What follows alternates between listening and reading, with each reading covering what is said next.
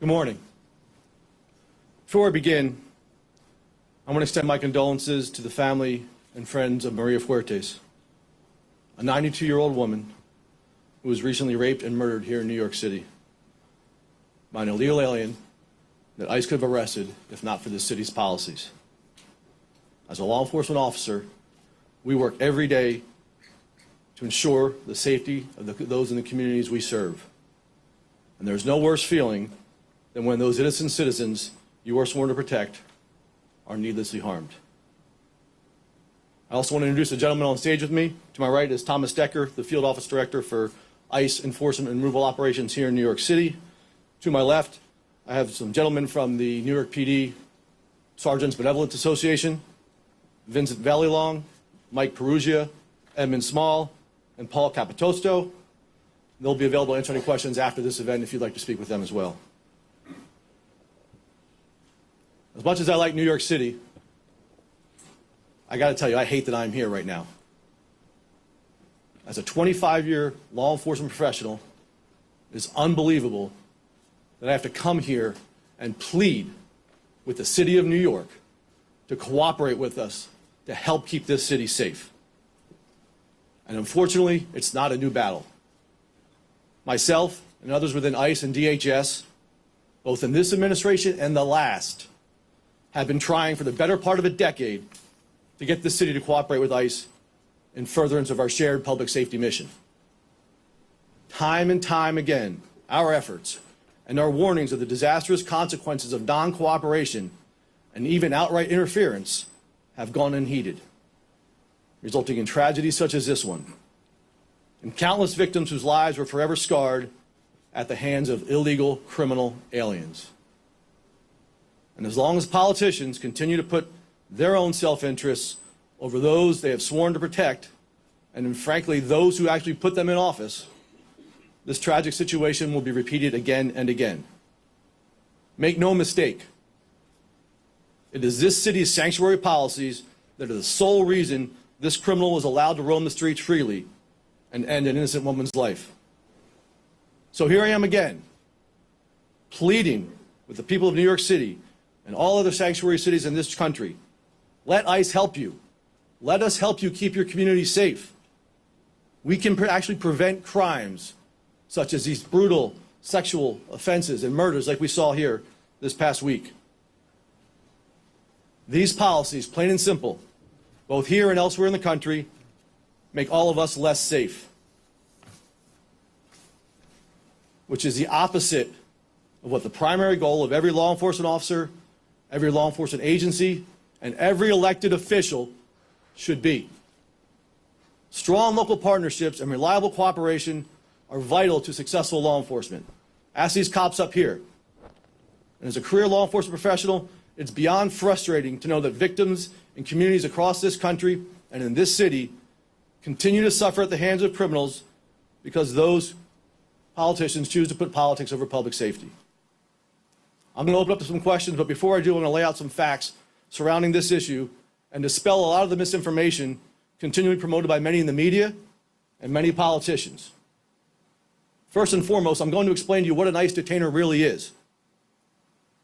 ICE issues detainers to advise local law enforcement partners that we have established probable cause to believe an individual who has already been arrested by that law enforcement agency for a criminal offense that is sitting in their jail is an alien who is subject to removal from this country under the United States federal law.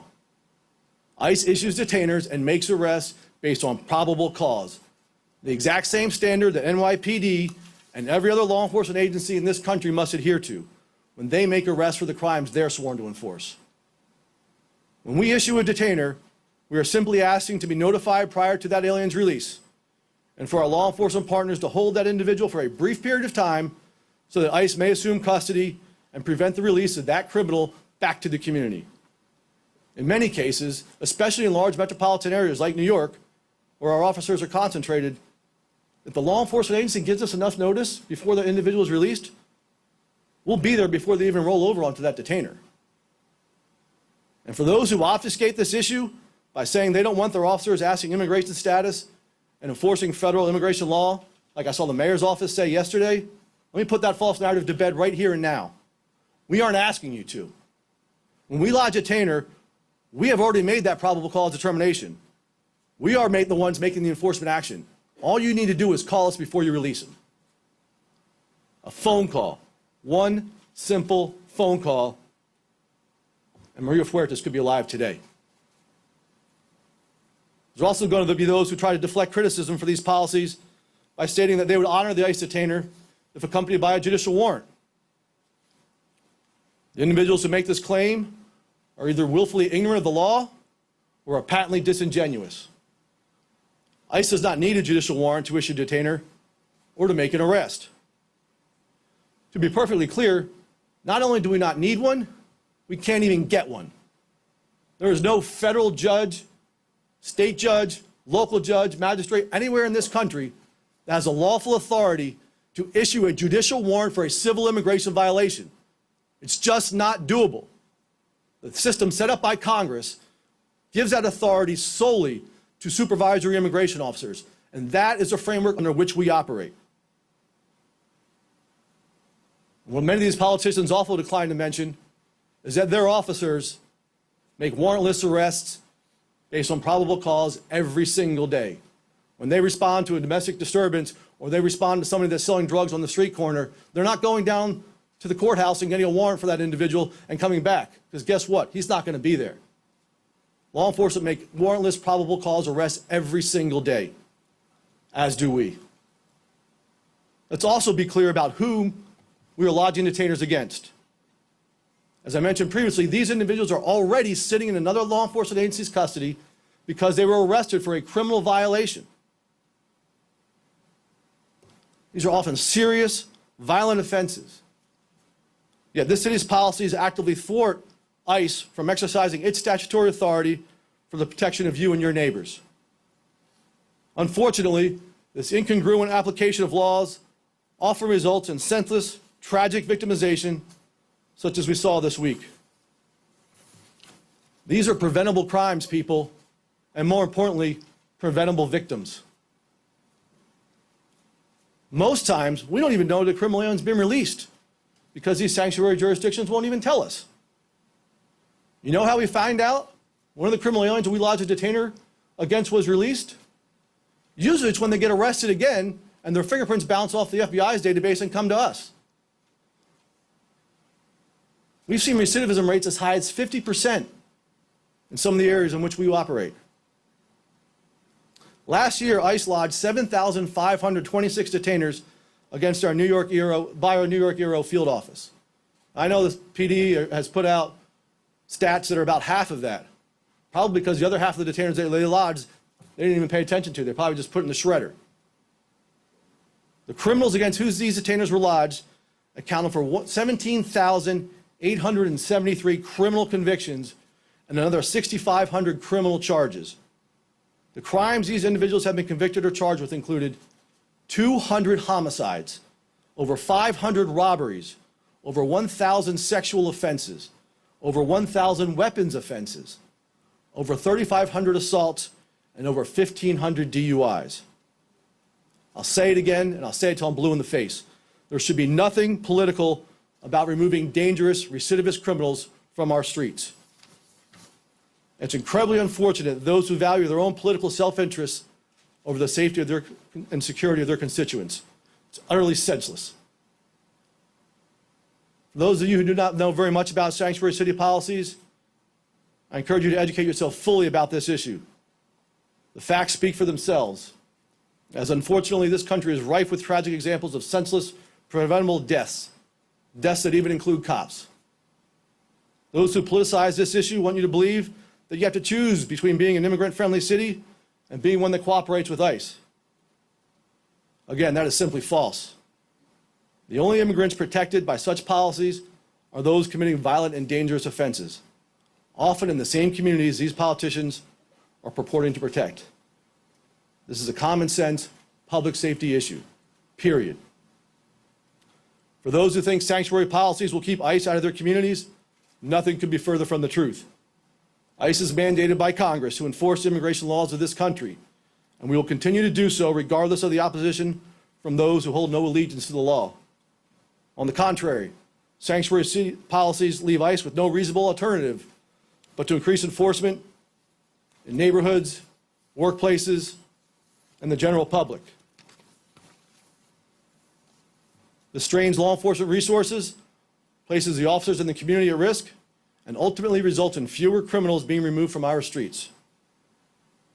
Despite these challenges, it's our duty to all of you to enforce the laws passed by Congress, and we are not going to stop fighting to keep your communities safe, regardless of whatever obstacles are placed in our path.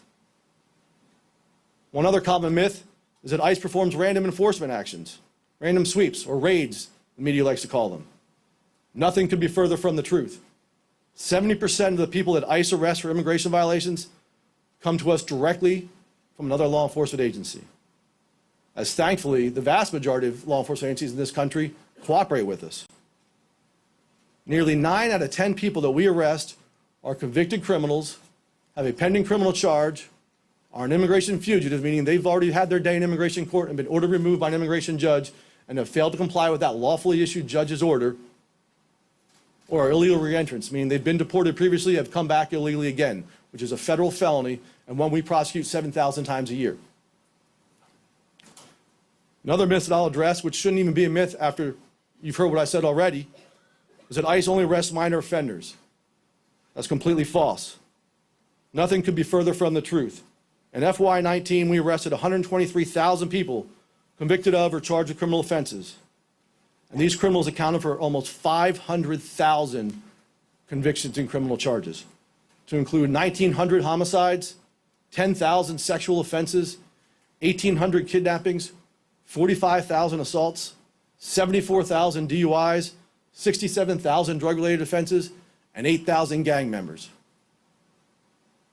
One final point that I will address is what happens to an alien once ICE arrests them.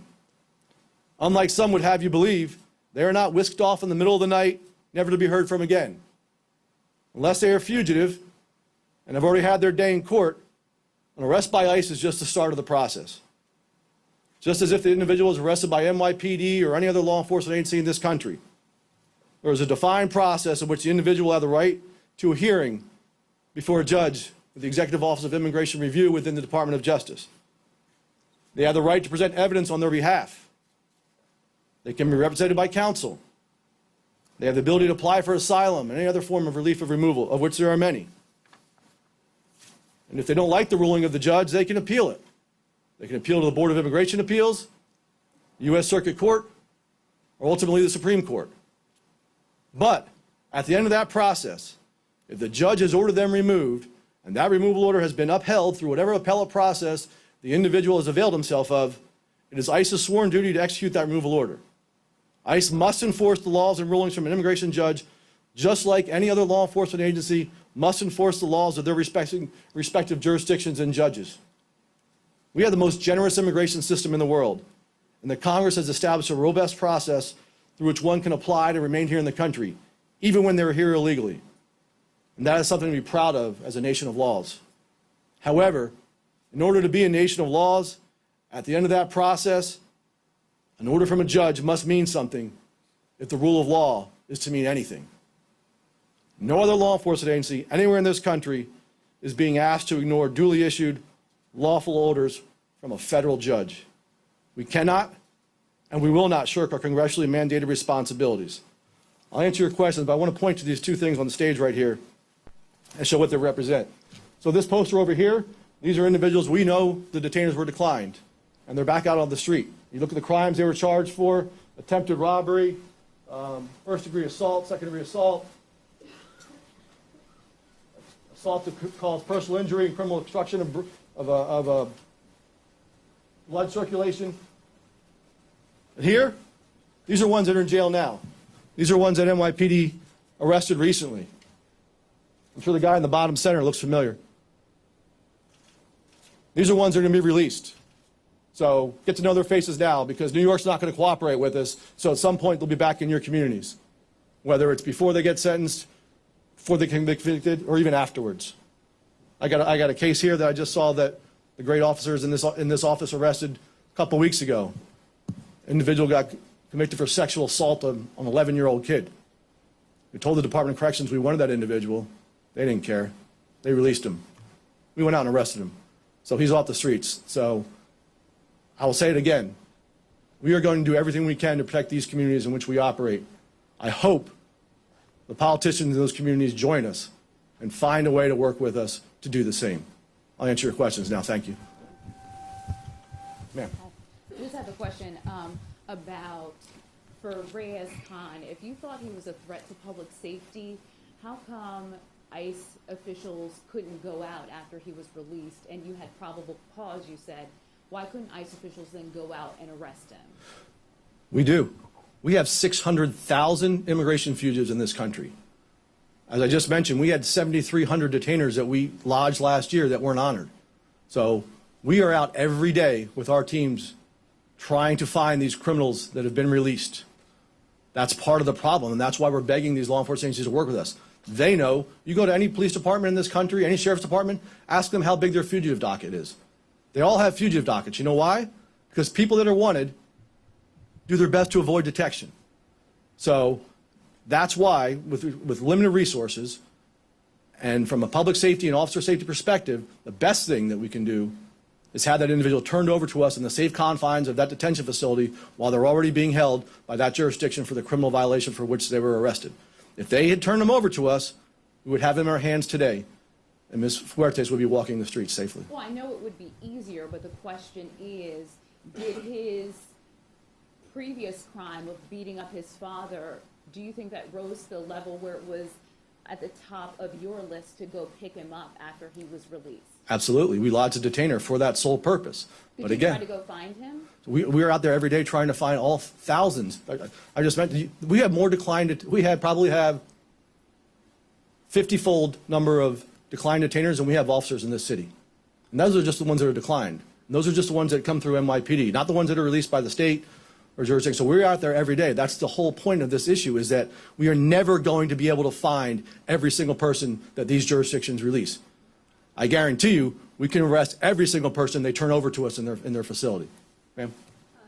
You say politicians are acting in self-interest, but you never once named specifically Mayor de Blasio. Do you hold Mayor de Blasio personally accountable for the death of Maria Fuentes? I hold the policies of this city, which were put in place by the mayor, as culpable in the fact that this individual walked the streets and was able to commit that crime. I have two questions. First, does the city ever turn anyone over to you? We get some. I mean, we can go back in time. We used to have an office at Rikers Island. I'm in the current system. Yeah. The current system, do they ever? But I think it's important to let me answer the question fully, right? Because we used to have an office at Rikers Island. We were getting all these, you got to try pretty hard, and these guys can tell you, you got to try to end up in Rikers Island. They're not sending the choir boys there, or the first-time offenders for public intoxication. We used to have an office there, and we would get all these criminals directly from the city, take them into custody, and effectuate their removals. So do we get some detainers? Tom, do we get any? We get about maybe 10 a year. 10 a year. And, Out of 7,200 detainers. you ran through some numbers. They were not the last set of numbers you went through. I think they spoke specifically about the New York Correct. area. Could you go through those and explain what those numbers are again? I couldn't tell. You couldn't tell how many. What the difference? Absolutely. Happy to do so.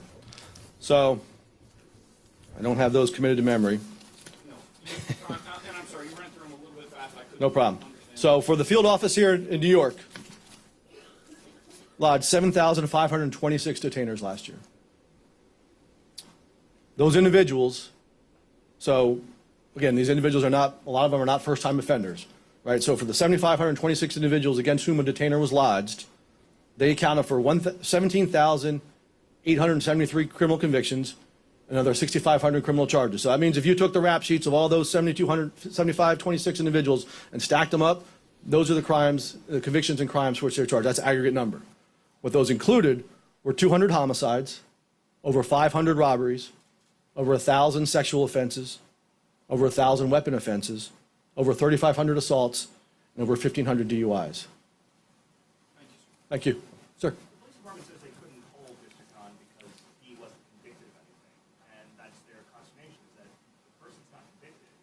They can't hold the person for. But that's a New York City policy which says that. There's no federal law that says they can't hold him unless he's convicted. That's a policy established by this city and imposed upon the New York NYPD. They've also held that federal immigration judges don't have the authority to, there's no authority for them to enforce their rule of law and their detainers. So federal immigration judges have the authority to order people removed. They have the authority to give somebody asylum. They have the authority to let somebody out on bond. The authority to issue a warrant and a detainer, as set up by Congress, rests solely with supervisory immigration officers. So that's correct. Immigration judges don't have that authority. And they don't say the immigration, they're not asking, you don't hear the politicians saying, oh, we want the immigration authorities. In fact, we've seen when we have warrants of removal that have been issued by immigration judges, they say, oh, no, that's not an Article 3 judge. And in fact, I think the New York City policy or statute specifically references Article 3 judges, which are federal court judges and magistrates. They don't have the authority. So when you hear these people saying, oh, go get a warrant from a judge and we'll honor the detainer, it's false. They know we can't get a warrant from a judge because that judge doesn't have the judge would be violating the law to issue a warrant for a civil immigration violation. Yeah. Did you say that out of those 7,526, only about 10 were actually? Yes. Sir.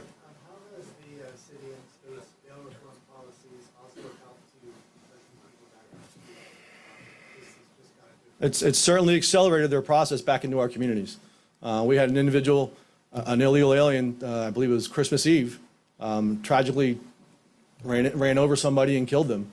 And because their crime didn't reach the threshold under the Bail Reform Act to be held in custody, they were released the next day. And I think that individual was home celebrating Christmas with his family while the victim's family was mourning their lost one. We arrested that individual. So to your prior point, we go out there and try to arrest as many as we can. Unfortunately, when these individuals are here illegally, they know they're here illegally, they know we're looking for them, they're not going to raise their hand and say, hey, here I am. You mentioned yesterday something that the mayor's office had said.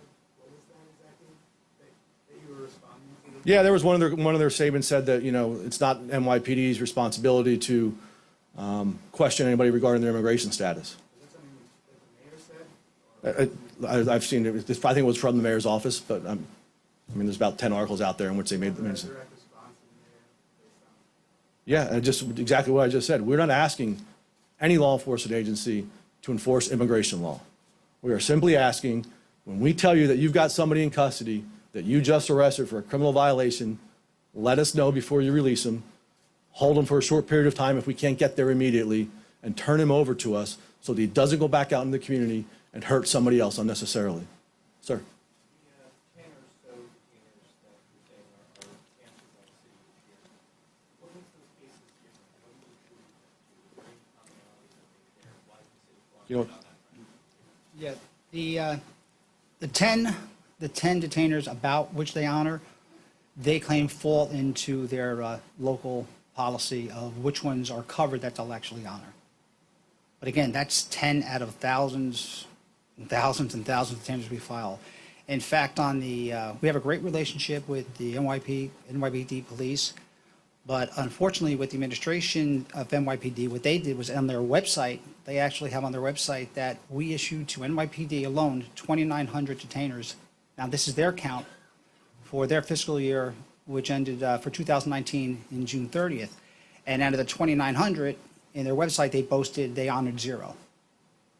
So again, the 10 came out of the Department of Corrections, and again, that's out of thousands that we placed.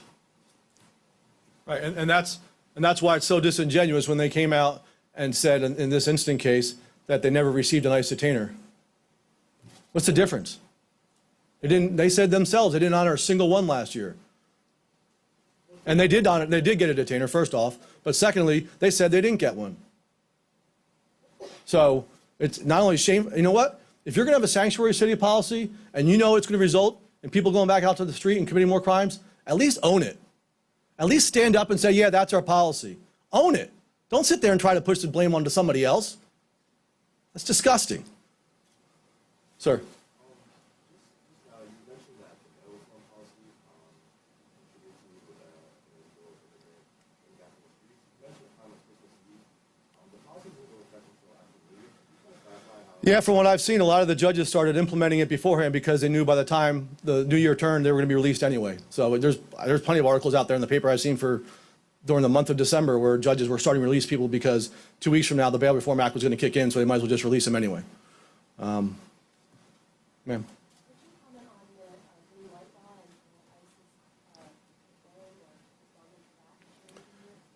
Unfortunately, New York State, in its infinite wisdom, has again passed something else that's going to make its state and its communities less safe. That incident in Jersey City a few weeks ago at the Jewish market, where individuals were senselessly brutalized and killed. HSI was one of the first people responding to that scene. And we couldn't even run the New York tags of the cars that were there to find out who the suspects might be. This month is Human Trafficking Victim Awareness Month. How are we going to conduct human trafficking investigations in the state of New York? Let's say we have a lead on a residence that's being utilized for prostitution by these traffickers. And we set up outside that house, we set up surveillance. And we see car after car come in, spend 2 hours and leave. And we can't pull that license plate to see who the hell that was just there brutally raping a 15-year-old kid that was illegally imported from Taiwan or someplace like that. How is that good law enforcement? How is that good public safety? Information is the lifeblood of law enforcement. That's why cooperation is so essential. That's why we have task forces. Can I get someone who hasn't asked a question yet? Sir. Hey, how are you?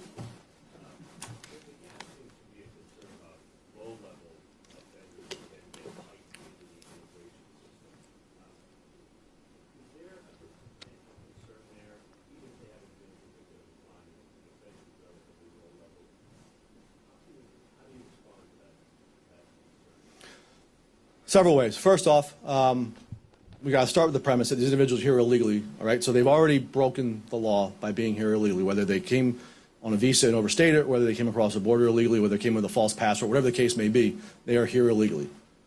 Above and beyond that, they have committed some other offense. A lot of times, and what we'll hear when people say, oh, it's a minor offense, is they're looking at the offense for what the individual was just arrested for and not their entire criminal record. So we may get an individual who was arrested for public intoxication. But when we run those individuals' fingerprints and his criminal history, we find out he's got a conviction for domestic violence from 3 years ago over in Jersey, and then 7 years ago he was convicted of aggravated assault with a deadly weapon in Pennsylvania. So we look at the whole record of this individual to make our enforcement decisions. And I will tell you, and I was personally involved in the last administration having these discussions with the mayor's office when the prior administration had the priority enforcement program. The secretary, former director of ICE, myself at the time, I was assistant director for enforcement, begging and pleading, having meetings with the mayor's office over and over again, trying to find some way to even get a narrow set of cases, of charges that they would cooperate with us on. No. So. So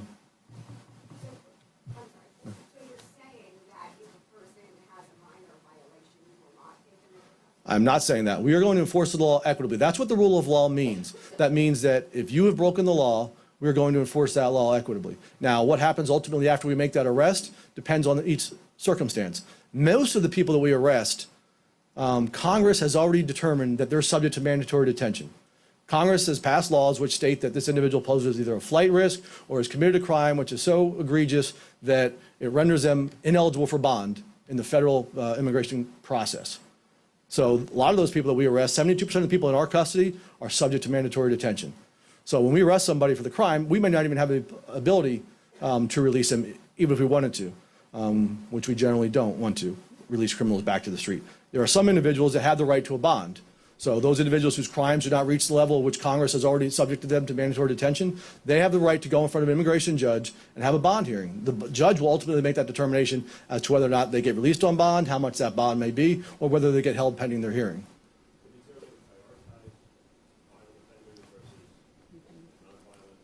Yeah, I mean, if you look, our stats are consistent for the better part of a decade. If you look at what we do, who we arrest, our year-end reports are on our website. 3 clicks, and you can see exactly what we do every year. And you look at the crimes we have. I just went through them: 1,900 homicides, 10,000, 12,000 sex offenses, 8,000 gang members. Do you think the New York City area's got a gang problem? And a lot of these gang members, they get charged with minor offenses because they don't have the evidence or witnesses willing to come forward to prosecute these cases. Should we wait? I mean, that's that NYPD said, well, if this guy gets convicted, we'll give him to ICE afterwards. What the hell good is that? The crime's already been committed. The victim's dead. Too little, too late, New York. If there's no coordination, how are you determining that people are undocumented? So, as I mentioned earlier, about 70% of the people we get are in custody. Most of the individuals that come to our attention is a result of their interaction with the criminal justice system, which in layman's term means they got arrested for something. When they get arrested, their fingerprints are run through FBI databases, bounce off our databases. We get notified that such and such is in custody in New York City, Jersey City, wherever the case may be, and then we do an investigation into that individual. If the individual has already been handled by us, we have their biometrics on file, we know what their criminal history is, we know what their immigration history is, we can lodge a detainer, we can establish probable cause based on that information we already have. But unfortunately, and where cooperation is so critical, is that a lot of these people have never been handled before. I mean, they've never been arrested by the Border Patrol, they never applied for a visa overseas, we've never arrested them, and we don't know who they are. And they're sitting in somebody's custody. What we want to do is go into those jails, interview that individual, determine who they are, why they're here, how'd they get here, all those things, and then make a determination at that point, do we have probable cause? The two prongs of probable cause for us to lodge a detainer or make an arrest is alienated removability. Is this individual an alien under the law, and are they removable? Have they violated some term of the Immigration and Nationality Act? Those are the two key factors. When we can't even get into the jails to make those determinations, those individuals walk free onto the street. Well, let's talk about Reyes Khan then. But other than beating up his father, did anything else come up in his? How much more do you need? Should he beat up his mother too? Should he kick the dog? I mean, how much more do you need to take an enforcement action against an illegal alien? And I'm answering you. How much more do you need? What level? How much crime are we willing to accept from criminal aliens? Is it this much? Is it that much? I mean, really? That wasn't enough? I wonder if we can hear from Vinny just about cops and where they feel about being able to help out with the ICE effort. I mean, what do you hear from your? I can guarantee you every single one of our members want to help them out. Unfortunately, the way the policies are set up, they don't allow us to. And it's another law enforcement group. How do we have our own hands handcuffed to not be able to work with these guys? I mean, we're here not to go after, pick and choose what crimes are out there. We're here to actually enforce the law. And that's exactly what these guys are doing. And that's why we're here to support them today. The mayor says he's always trying to look for ways to cut down crime. Will this have an impact on crime in the city? Absolutely would impact crime. I mean, 1,900 people died at the hands of illegal immigrants that committed crimes. That's 1,900 lives that were taken off this earth.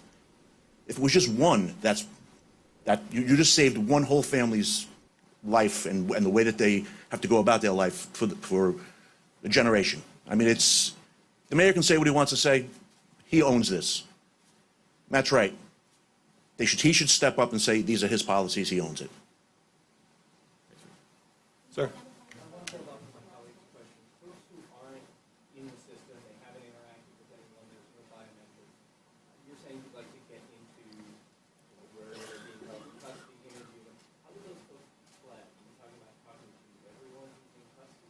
So what happens when somebody gets booked into custody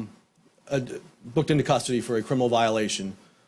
Part of the process is indicating where that individual was born, right? So if the individual says he was born overseas, that records come to us. The records come to us whether or not we have a match or not. We get a fingerprint submission on all arrests that occur. If we get a report on somebody that was born in Mexico or Cuba or Ukraine, wherever the case may be, and we don't have an immigration record on this individual, then that's a flag, all right? We want to go talk to them. It doesn't mean he's here illegally. Could have come in under a different name, could have been a misspelling in the passport. Sometimes you get, a lot of what we get is U.S. citizens, right? So if you get individuals, a lot of them are born in Germany, right? Well, yeah, they were born on Ramstein Air Force Base in Germany. But we don't know if we don't have a record. So that's why we need to go in there, interview those individuals. And frankly, I started in 1994. That's the way, it's called the Criminal Alien Program. That's the way we did cap, and that's the way we do cap around most of the areas in this country. It's only in these sanctuary jurisdictions where we don't have that ability to do so. And I'll say one other thing to your question before. That's one of the challenges and concerns about the Bail Reform Act as well, is that a lot of these people aren't even going to get booked into custody, and also a lot of these sanctuary cities have stopped booking people into custody for violations. Again, although we're not going to book them in for minor violations, so yeah, so the guy may have gotten arrested for driving without insurance at this point, but, you know, he's got an aggravated assault with a deadly weapon or a narcotics trafficking conviction from 10 years ago. They don't even book him into custody, so we don't even know about him. If the vast majority of people, I mean, the overwhelming majority of people, if they had not been arrested for a criminal violation, we wouldn't even know they're here. Sir, in the back. January 2nd, the mayor said that he was open to change to the bail bill. He said that, quoting, he said it's time for the legislators to get it right. Has your office been in contact with the legislator, mayor's office, on any of these changes, or process that we're going You guys have any? Not in the Bail Reform Act, and Frank, I mean, I can tell you though, we've had innumerable discussions from all the way to the former DHS secretary level down to mid-managers in ICE like I was, trying to find a way to work within the confines of this sanctuary jurisdiction, and those yielded nothing. I can talk to the wall and get as much out of we got out of those meetings. And look, the entire priority enforcement program that we had under the prior administration was compromised. It was the federal government saying, okay, we'll let you not turn over people to us for X number of crimes, but for these crimes here, can you please, pretty please, give them to us? And they still wouldn't do that. Sir? You said that the sanctuary city policy with no option but to increase enforcement. Should the city expect a surge of some kind in response to the crime rate and other stuff like that? Look, I think if you look over the past 2 or 3 years, there's a much more visible presence of ICE ERO officers out in the communities because, you know, as we've seen, the entire state of California is a sanctuary state. We have lots of large jurisdictions in this country, Chicago, here's one of them, Philadelphia, where we're not going to turn a blind eye and put innocent people at risk because the law enforcement agencies in a certain jurisdiction don't or can't work with us. And frankly, to Vinny's point, most law enforcement, first off, if you go ask the line cops in any jurisdiction, they hate these things. And I've talked to many. A lot of these guys are repeat offenders, they're violent offenders, and these cops are out there day after day putting their lives on the line. It's got to be incredibly frustrating for them to arrest these guys, knowing they're here illegally, knowing that ICE could get them off the street, and 3 weeks later they're arresting them again, sometimes for a more dangerous crime or a more heinous crime. Most law enforcement agencies, cops are pretty black and white. We're here to enforce the law. We don't care whose law is enforced against. We do it equitably, we do it fairly, we do it professionally, we do it compassionately, but ultimately, we enforce the laws that we are sworn to uphold. The judges and juries, and they make the decisions as to what happens to those cases. That's not our job, it's not our responsibility, nor should it be. We enforce the laws that we're sworn to uphold.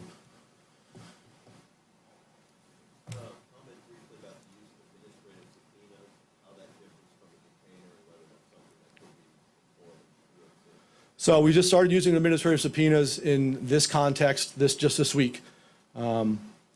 It's different than a detainer because administrative subpoena is merely looking for information that law enforcement agency holds. So that's one of those challenges we have with these sanctuary jurisdictions. Not only is it, and to your question, ma'am, not only is it we're not going to honor the detainer or we're not going to let you in the jail to perform interviews, we're not even going to share you the information. We're not going to tell you what address this guy put down when he got arrested. We're not going to tell you what car he was driving when he was arrested. We're not going to give you his driver's license number. We're not going to give you his passport number. We're not going to give you his alien registration card number. All these things that we would utilize to do a locate investigation to try to get these criminals off the street, they're not even giving us that. So these subpoenas are an attempt to at least defray some of the damage that's being done by these sanctuary policies to say, all right, fine, you're not going to give us the body, you're not going to cooperate with us, at least give us the information so we can go out and conduct an investigation. And they're not even doing that. So these subpoenas have been utilized in Denver. I suspect that we'll start utilizing them much more broadly as we go through the process. We're looking at every jurisdiction where we need to get that information. All right. Look, thank you. I appreciate everybody coming for your time. I'm happy to answer any questions off to the side when we're done. Appreciate it. Everybody have a nice weekend.